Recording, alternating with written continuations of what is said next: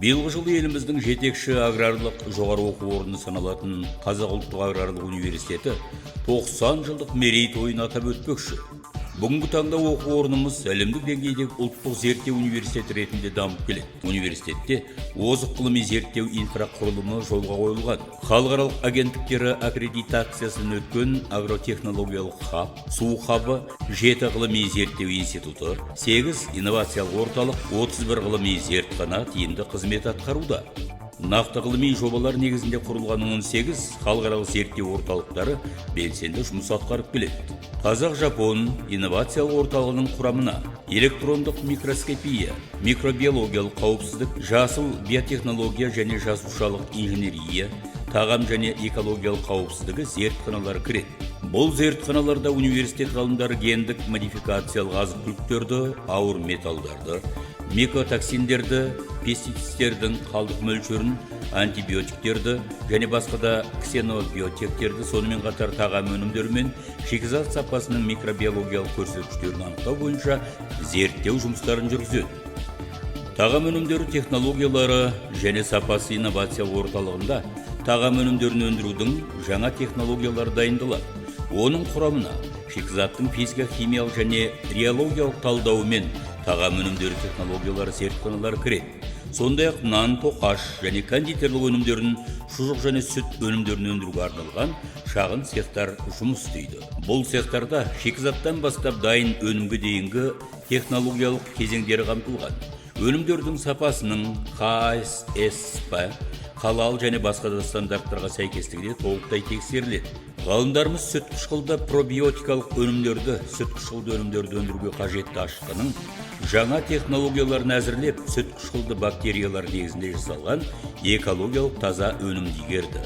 Қазақстан Корей инновациялық орталығы ауыл шаруашылығы дақылдарын жылыжайда өсіру бойынша тренингтік орталық болып табылады. Университетіміздің оқу өндіріс шаруашылығында жыл сайын 400-450 тонна көкөніс өндіретін ақылды жылыжай құрылысы да басталып кетті.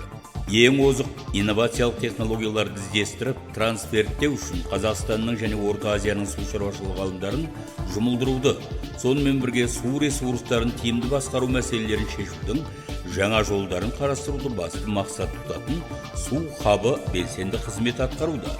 Аталмыш хабтың құрамына заманауи құрылғылармен жабдықталған 14 зертхана кіреді. Олар су сапасын бағалау зертханасы, гидравликалық үрдістерді модельдеу зертханасы, су ресурстарын кешенді пайдалану зертханасы, аэробты үрдістерді зерттеу зертханасы, сумен қамтамасыз ету үшін қолданылатын су арқылы күш беретін қондырғылар зертханасы, жаңартылатын энергия көздерін пайдалану, мелиорация, жерді қорғау және топырақ құнарлығын қалпына келтіру зертханасы, гидротехникалық құрылыстарды гидравликалық зерттеу және басқа да зертханалар. Тұрақты егін шаруашылығы зерттеу орталығын жабдықтау, егістіктегі мәселелерді ұшқышсыз ұшатын аппарат пен роботталған алаңдардың көмегімен санаулы минуттарда бағалауға және фермерге дәйекті ұсыныс беруге мүмкіндік жасайды. Табиғи ресурстар мен агроэкожүйенің тұрақты дамуын басқаратын зертхана іске қосылған. Интенсивті бақ Қазақстан Нидерланды зерттеу орталығы бір топ Нидерланд компанияларымен бірге құрылған. Университеттің оқу өндірістік шаруашылығында жеміс көкөніс дақылдарының 50-ден астам сұрып түрлері голландиялық технологиямен отырғызылды. Сондай-ақ тамшылап суарылатын жеміс көшеті салынды. Вакцинология халықаралық зерттеу орталығы, Огайо штатының университеті және вакцин биотехнологиялық австралиялық компаниялары сынды шетелдік серіктестермен бірлесіп жұмыс істеп келеді. Орталық ғалымдары COVID-19 коронавирусіне қарсы қауіпсіз және тиімділігі жоғары нановакцина шығарумен айналысуда. Қазіргі уақытта интраназальді қолдануға болатын COVID-19 коронавирусына қарсы қауіпсіз және тиімділігі жоғары нановакцина әзірленді. Конвейер заводынан жаңа шыққан ауыл шаруашылығының озық технологияларын меңгерген агроинженерлік кадрлар даярлау және қайта даярлау сапасын арттыру мақсатында Қазақстан-Беларусь агроинженерлік инновациялық орталық құрылған. Бұл орталық үстіміздегі жылдың өзінде ғана 75 ауыл шаруашылығы техникалары мен керекті қондырғылармен жабдықталды. Оқу өндірісі базасында агротехнологиялық парк құрылған. Мұнда ғалымдар ауыл шаруашылығы дақылдары мен мал өсіру бойынша тәжірибе жүргізеді және де өсімдіктердің жаңа сорттарын шығарып, мал басын асылдандырумен айналысады. Көрсетілім алаңдарында ауыл кәсіпкерлері үшін егіс күндері өтіп тұрады. Бау-бақша және көкөніс ғылыми зерттеу орталығында қызанақ, картоп, бұрыш және салаттың жаңа сорттары шығарылды.